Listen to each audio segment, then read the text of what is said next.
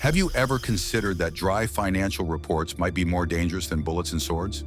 For centuries, history has painted pictures of bloody wars and natural disasters, but the true threat lay hidden in the silence of offices. In fact, the South American colonies fell not under the onslaught of external enemies, but under the yoke of an invisible mechanism. The South American jungles and cities harbored a secret that historians had overlooked. Those very legendary archives and tax ledgers were a veritable death sentence for the elite of that era. While the world watched the battles, the Spanish crown used bureaucracy as a tool of total control, methodically eliminating the most influential colonists. In this video, we'll take a look at secret archives and examine documents that have been gathering dust on shelves for centuries.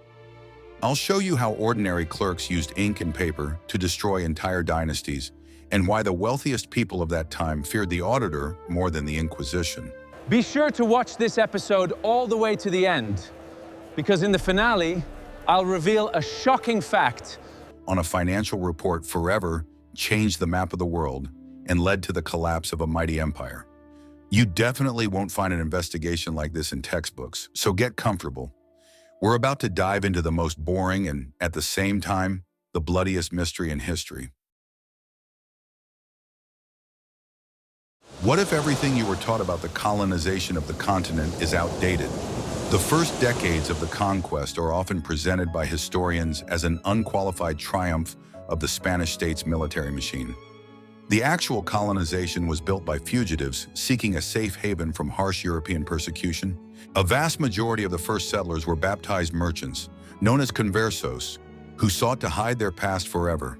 The New World seemed to them the ideal place to start a secure life, far from the harsh laws of Madrid. They brought with them substantial hidden capital, extensive international trade connections, and outstanding financial management skills. Local royal officials initially turned a blind eye to the origins of many wealthy migrants in the interest of rapid development of the overseas territories. The conversos actively financed new expeditions, built the first port trading houses, and organized large-scale food shipments. Their financial influence grew with every arriving ship, transforming former outcasts into a powerful economic elite. Governors were entirely dependent on their long-term loans, and city councils constantly relied on their administrative expertise. For a long time, this unspoken social contract ensured the smooth economic development of the remote new lands. Trading syndicates built a parallel commercial network, completely hidden from the eyes of official inspectors from the capital. The main rule of survival for these people became the diversification of all assets and a categorical refusal to store wealth in one place. Financial capital was constantly fragmented, converted into precious metals, or invested in goods that could be easily and quickly transported. This complex shadow network spanned the continent's largest port hubs, far outpacing the Crown's official postal service. It was precisely at this tense moment that commissioners from the newly reorganized, powerful imperial agency officially set foot on the new lands. The economic and social autonomy of the entire vast viceroyalty was threatened with complete, systematic destruction. I'd be very interested to hear your perspective on these events and methods of capital accumulation. Please share your thoughts in the comments and be sure to subscribe to our channel. Guess what happened next? The arrival of the new regulatory agency was marked with the utmost pomp to immediately suppress any thought of possible resistance.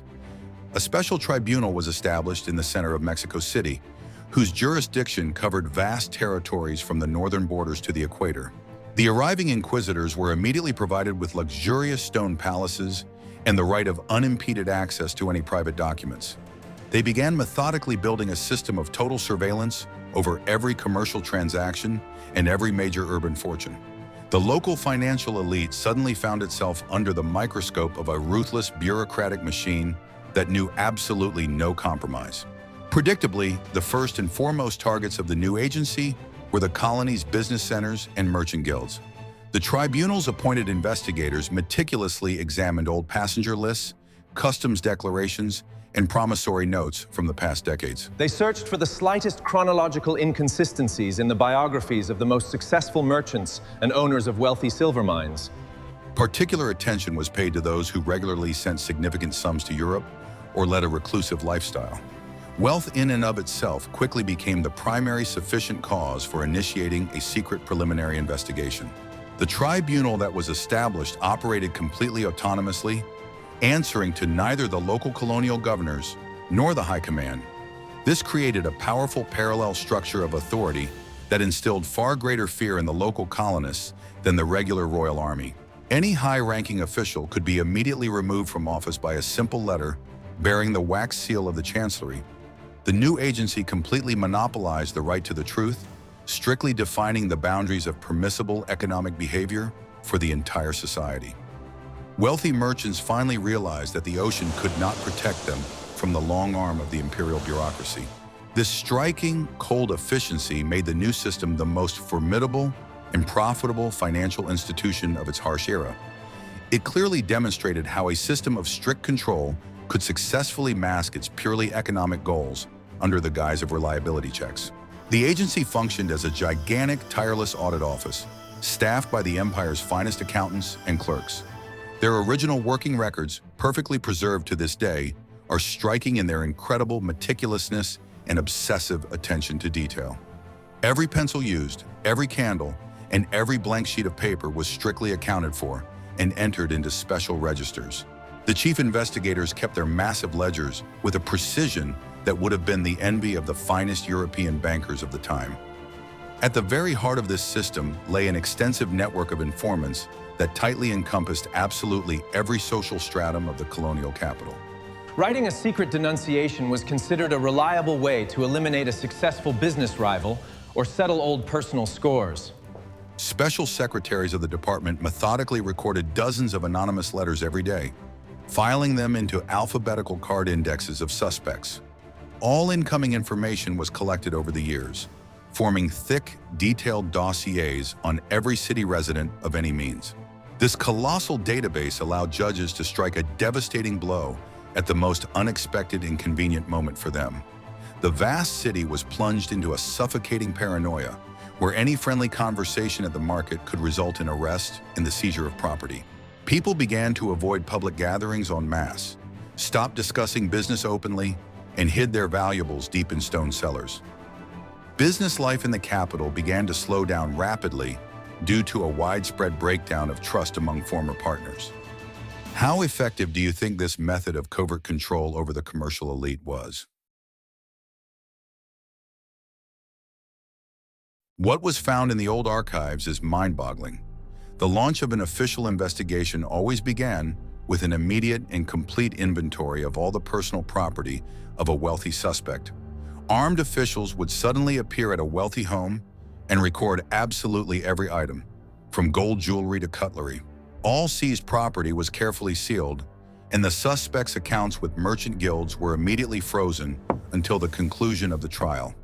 The accused merchant was deprived of any ability to conduct business, pay off current loans, or maintain his accustomed standard of living. Financial paralysis became the very first and most devastating stage of administrative pressure on the isolated individual. It is worth noting one crucial economic aspect that made this system incredibly profitable for the regulatory agency itself. The cost of keeping the arrested prisoner in a cell was paid in full and unconditionally from his own frozen funds. The tribunal regularly deducted money from the frozen assets to cover meager meals, round-the-clock security, and even paper for conducting interrogations. If a complex legal process dragged on for years, the fortune of even the wealthiest merchant could be completely depleted before a verdict was even handed down. The entire bureaucratic system was structured in such a way as to always remain in the black under absolutely any circumstances. The old independent merchants' elites were destroyed, freeing up lucrative positions for new loyal favorites of the administrative system. Even an extremely rare acquittal never restored a person's former high status or lost wealth. The acquitted merchant walked free bearing the indelible stigma of a suspect from whom his former business partners would forever turn away. Huge legal fees took the lion's share of their savings, leaving the large family on the brink of complete and irreversible ruin. The bureaucracy broke a man's social backbone, turning a once successful leader into a pitiful social outcast. Every major family devised ever more complex systems of secrecy, trying to protect their money and their loved ones from agents. Their methods of passive resistance were no less ingenious than those of the all-powerful state bureaucracy itself. They continued to build secret networks, hoping to survive the era of strict surveillance with minimal financial losses. The main new rule for their survival was the use of multi-layered debt obligations that would confuse any investigating inspector. Assets were formally transferred to third parties, while actual control was exercised through a system of secret receipts and verbal agreements. This highly complex transaction architecture significantly slowed down investigations, forcing officials to spend months untangling the web of mutual debts.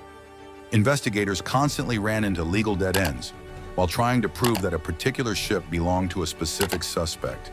If you like this historical investigation, be sure to like this video. Are you ready for the shocking truth? Further escalation of pressure began with the appointment of new, tougher, and more ambitious commissioners who arrived directly from the Spanish capital. They had absolutely no ties to the local elite and were in no way dependent on loans from American merchant guilds. Their primary government task was to drastically increase financial revenues to the treasury through mass confiscations of valuable property. The Inquisitors launched a large-scale, aggressive review of all old shelved cases, searching for leads that their predecessors had missed. Mexico City's relatively peaceful life came to an end, giving way once and for all to an atmosphere of total mistrust and icy fear. The revamped tribunal developed a new tactic aimed at completely destroying family ties within the merchant community. Investigators began actively summoning domestic servants, low-level employees, and poor distant relatives for hours-long interrogations. Experienced commissioners masterfully managed this chaos, periodically staging high-profile public arrests of the city's most prominent figures. Detentions always took place ostentatiously, in broad daylight, in full view of hundreds of citizens to maximize the psychological impact. Resistance to the system was completely broken when officials gained access to the main encryption keys for commercial correspondence. This allowed them to freely read thousands of letters, revealing the truly colossal scale of the community's financial operations. It became absolutely clear that the hidden settlers controlled vital food supplies, the silk trade, and silver mining. The imperial capital was seized by indescribable fury at the fact that key resources were in the hands of untrustworthy subjects. A tacit but strict order was issued to completely dismantle the economic base of this influential social group. Tension in the capital reached its peak, and the air literally buzzed with a heavy foreboding of impending disaster. The shadow elite realized the true scale of the impending crackdown, but all paths to a safe retreat had already been cut off. Some merchants tried to hide in the impenetrable jungle, while others hoped to lie low in remote, dusty mining settlements. However, the well-oiled machinery of the imperial police was running at full capacity, reliably blocking all possible escape routes. Could the local economy withstand such a sudden administrative blow? The grand operation began late at night, when the capital's narrow streets were empty and the townspeople were fast asleep in their homes. Detachments of armed guards, known as familiars, simultaneously knocked on the doors of dozens of Mexico City's wealthiest mansions. This was not a spontaneous soldier's mutiny or a chaotic rampage. It was a mathematically precise, harsh police raid. Officials burst into the houses with detailed lists prepared in advance of valuable property to be inventoried and seized. The leaders of the largest trade syndicates were dragged from their bedrooms and immediately sent to the tribunal's secret, damp prisons. By the gloomy morning, the vast city awoke to a completely new, terrifying reality of total paralysis of its usual commercial life. Heavy locks with the department's wax seals hung on the sturdy doors of the finest stores, massive warehouses, and currency exchange offices. The city markets were deserted, trade had completely ceased, and credit lines were instantly frozen throughout the colony. The colossal economic machine that had ensured the smooth functioning of the vice-royalty ground to a halt with a terrifying, deafening screech. None of the ordinary citizens understood the true scale of what had happened, and this ignorance greatly amplified the general panic. The blow dealt by the authorities proved so powerful and all-encompassing that the very stability of the state was directly threatened. The arrested businessmen had complete control over grain logistics and the capital instantly found itself on the brink of a severe food crisis. The acute crisis clearly demonstrated how deeply the repressed merchants were integrated into the foundation of American society. Their abrupt removal exposed the complete incompetence of the royal bureaucracy in managing the real sector of the economy. Tribunal officials, having gained full control over deep mines and merchant fleets, were completely incapable of managing them. Precious metal production fell to a critical low, threatening the long-term financial stability of the empire itself in Europe. It became abundantly clear that in this cold, ruthless bureaucratic war, there might simply be no victors. In those days, Mexico City resembled a besieged fortress, where the main enemy was not outside but inside the government buildings. The authority of the special agency had become absolutely unchallenged, but this authority was based on the ruins of a destroyed commercial infrastructure. It took enormous diplomatic efforts and the intervention of the monarch himself to stop this wheel of total destruction. Special emissaries were hastily dispatched to resolve the conflict between the tribunal officials and the secular administration of the viceroyalty. The difficult process of restoring severed ties took many decades, forever changing the face of the rich overseas possessions. What would happen if no one found out about this? Following an acute crisis and the complete paralysis of the economy, the supervisory agency began a long and methodical process of assimilating the confiscated wealth. The Chancellery rapidly became the largest landowner and holder of liquid assets on the entire American continent. Confiscated fertile estates, spacious warehouses, and merchant ships were transferred to the management of specially appointed trustees. A massive process of redistributing vast capital began, which finally cemented the power of the new, compliant administrative elite. A vast secret commercial empire was brutally carved up and fully integrated into a cumbersome state monopoly. Now, the all-powerful inspectorate strictly controlled not only the mines, but also the main financial lifelines of the viceroyalty. The old influential merchant guilds were ruthlessly purged of independent players and filled exclusively with merchants loyal to the crown. These new submissive elites owed their high status solely to the favor and protection of the judicial tribunal. They always paid their taxes punctually, asked no unnecessary questions, and avoided absolutely any risky commercial ventures. Transatlantic trade lost its original boldness, transforming into a cautious service to the fiscal interests of the capital.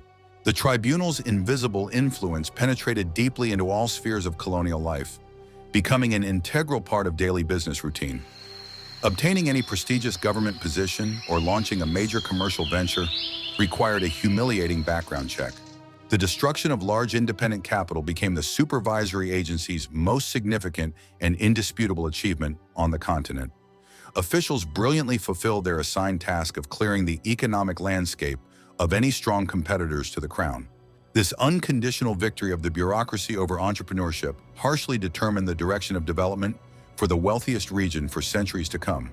The system of total, relentless bureaucratic control proved its devastating effectiveness across an entire vast hemisphere. Did any of the independent merchants manage to escape this cunning trap? The American bureaucracy represented a mechanism for the mass production of documents that was unprecedented in world history. The vast vaulted halls of the government palace in the capital were crammed from floor to ceiling with shelves of court files. Every investigation conducted generated dozens of heavy volumes containing interrogation transcripts, financial statements, and testimonies. Special scribes worked day and night without pause, meticulously recording every word of the accused and creating neat copies. Thick paper became the main weapon of this tribunal, and ink, a reliable means of destroying human destinies. This tangled paper labyrinth was specifically designed so that the accused could never find a legal way out of it. The dry legal language of the documents was deliberately complicated, overflowing with specific terms and vague phrasing. The inquisitors spared no effort, turning absolutely everything seized from the arrested debtor into hard cash. At regular closed auctions held by the agency, one could purchase everything from luxurious mansions to second-hand copper kitchenware. This pettiness vividly demonstrated the system's absolute power over the entire material world of the condemned person. A crucial part of the paperwork involves submitting regular, detailed reports to the central government in faraway Madrid. Every year, heavy wrought iron chests stuffed to the brim with copies of court rulings and financial statements, were shipped across the stormy ocean. The Crown strictly and rigorously controlled the activities of its overseas commissioners, uncompromisingly demanding a share of the confiscated wealth. Complex legal conflicts often arose over the distribution of seized assets between the secular governor and the tribunal. Department officials zealously defended their financial interests, employing the most ingenious and convoluted legal arguments. Strict paperwork controls quickly spread far beyond the tribunal's walls, encompassing all ports and regional customs offices. Commissioners personally and meticulously checked the passenger lists of arriving ships and inspected commercial cargo.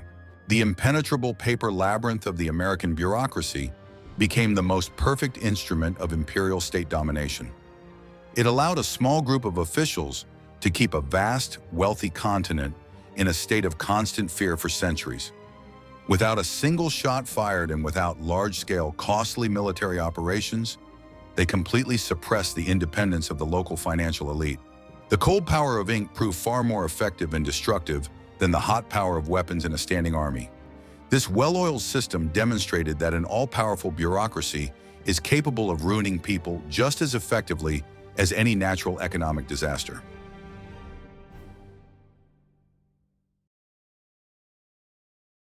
The most terrifying and destructive weapon of the supervisory agency was the total and unconditional social ostracism of the condemned.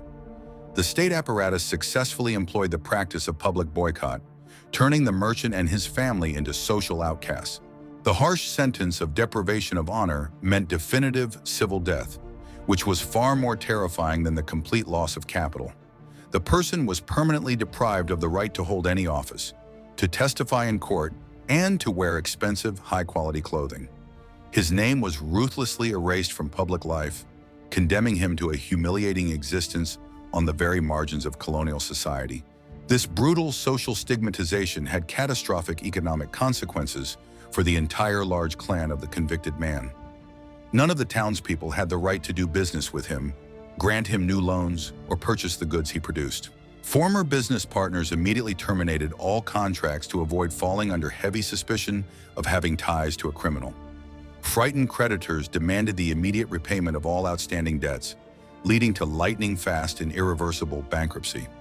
A large family, which just yesterday had belonged to the capital's elite, found itself in absolute and hopeless poverty within a matter of weeks. This planned social curse extended several generations into the future, affecting innocent children and grandchildren. It permanently and categorically barred them from universities, military academies, and prestigious administrative institutions. Marriage to a descendant of a convicted person was considered an indelible disgrace and put a permanent end to the career of any ambitious official. These people were doomed to a life of perpetual marginalization, performing the hardest and lowest paid dock work. The authorities created a unique system of hereditary guilt, guaranteeing eternal control over undesirable elements of society. The isolation of all those convicted was so complete that even their closest friends and business partners often turned their backs on them. The basic instinct for self-preservation took precedence over relationships, forcing people to publicly disown their once powerful colleagues.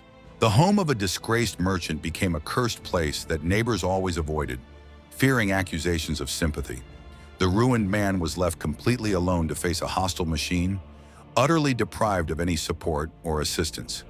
This unbearable psychological pressure broke even the strongest will far more effectively than years spent in damp, dark prison cells. The memory of the rapid social downfall of the most influential merchant families was passed down from generation to generation as a warning. True stories of the wealthiest merchants begging for alms on the steps of cathedrals became the main urban legends of Mexico City. These grim tales repeatedly reinforced the myth of the tribunal's omnipotence, which was absolutely impossible to resist. People learned the lesson once and for all. No wealth and no connections could reliably protect them from the wrath of the state bureaucracy. Complete submission became the only rational and safe strategy for business people. Thus, the state apparatus achieved its main goals with almost no recourse to large-scale physical reprisals. It developed a perfect technology of social and economic suppression based on the skillful manipulation of mass fear. The complete destruction of a business reputation proved to be a far more effective instrument of control than the destruction of the person himself. This machine of social terror operated seamlessly, grinding down any independent commercial elites over the course of many centuries. Its methods left an incredibly deep scar on the collective memory of the peoples of all of Latin America. The final act of the inquisitorial bureaucratic machine was a grand public spectacle demonstrating the system's triumph. This event was not an execution in the literal sense. It was an extremely solemn announcement of the judicial verdicts that had been handed down. The event was prepared over many months and required colossal financial expenditures from the state budget and confiscated funds.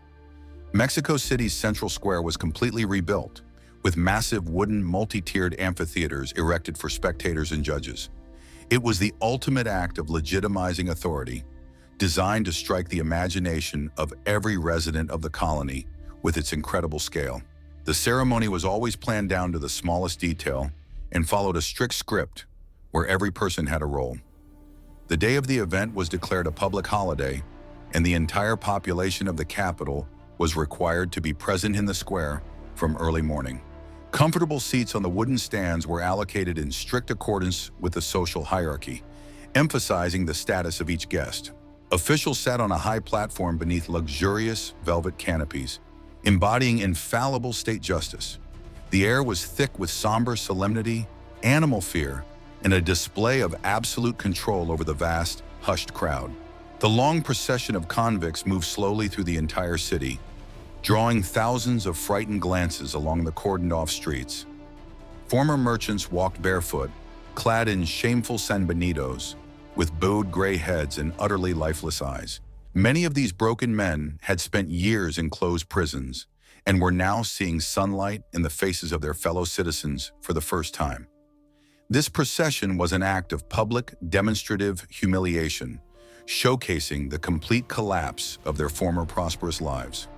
A huge crowd greeted them in absolute deathly silence, fully aware that absolutely anyone could have been in the convict's place. The powerful psychological impact of what they witnessed remained etched in the memory of an entire generation for many long decades.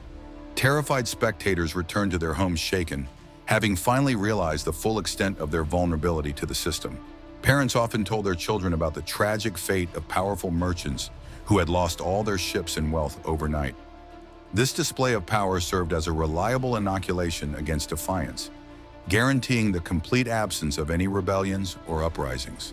The state propaganda machine functioned flawlessly, effectively controlling the emotions and behavior of an entire people. It was the definitive and unconditional triumph of the state monopoly over private capital and independent initiative. The Chancellery had successfully completed the long process of purging colonial business society of any potentially dangerous elements.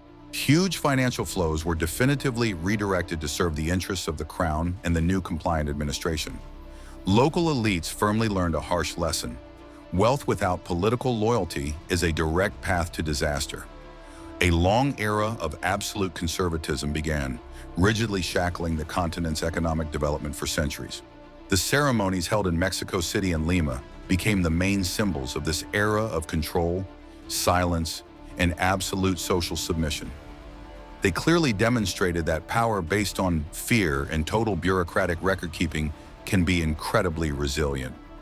Bureaucracy triumphed completely, relishing the fruits of its painstaking, years-long paperwork. The settlers' secret financial empire was destroyed, leaving behind only mountains of dusty pages in government archives. This story proved that bureaucratic ink and seals are often far more powerful than steel and gunpowder. The consequences of the regulatory agency's actions shaped the continent's economic life for 3 long centuries. The destruction of all independent trade networks led to a profound structural distortion of the local colonial economy. The entrepreneurial spirit that had once driven the first colonists was finally crushed by the constant fear of confiscation. Any investments were now directed exclusively toward the purchase of government offices and secure landholdings. The economy permanently lost its flexibility and dynamism, transforming into an extremely sluggish system for extracting raw materials for Europe. The strict intellectual isolation enforced by rigorous censorship became yet another destructive factor for society as a whole. Advanced technical and economic innovations from developing countries barely penetrated Latin America. While the world was undergoing a technological leap, New Spain remained firmly stuck in the realities of the previous century. The ban on the import of unauthorized literature led to the formation of a closed, dogmatic, and deeply provincial mindset. The wealthy colonies lagged catastrophically behind in development, which subsequently became the main cause of their economic vulnerability. The entire social structure had become rigidly divided by strict barriers of social background and verified political loyalty. The complete lack of social mobility for capable but politically undesirable individuals led to a rapid decline in the quality of the managerial workforce. The most important government posts were held by loyal mediocrities, completely incapable of making effective anti-crisis decisions. Local administrations were hopelessly mired in corruption and bureaucratic red tape, waiting for detailed instructions from distant Madrid. A system of governance built on total mistrust proved extremely ineffective in the long run. A toxic culture of suspicion, secrecy, and total distrust of any authority became deeply ingrained in the public mindset. The habit of carefully concealing one's true income became a basic survival instinct for many generations of business people. The vast shadow economy, born during a time of strict control, continues to thrive in the region to this day. The grim legacy of bureaucratic terror proved far more enduring than the walls of the strongest stone fortresses. This complex past continues to invisibly shape the present, defining the social dynamics of modern Latin American states. The Great Cold War between the powerful state bureaucracy and American settlers ended with the victory of the paper machine. It ruthlessly wiped an entire social class off the face of the earth, forever redrawing the economic map of the New World. The ultimate cost of this control proved exorbitantly high as the entire continent plunged into centuries of economic stagnation. This chapter of colonial history serves as a vivid tragedy of missed business opportunities and the destructive power of absolute authority. Such an experience remains a grim warning of what a state monopoly on truth and capital inevitably leads to. We have examined only a small fraction of the administrative methods used to redistribute property and power. Behind every volume of archival records lies not just a person's fate, but the history of an entire financial era destroyed for the sake of imperial interests. Which of these bureaucratic methods of economic control do you think remain relevant today? Suggest topics for future videos you'd like to see on our channel in the comments, and don't forget to subscribe.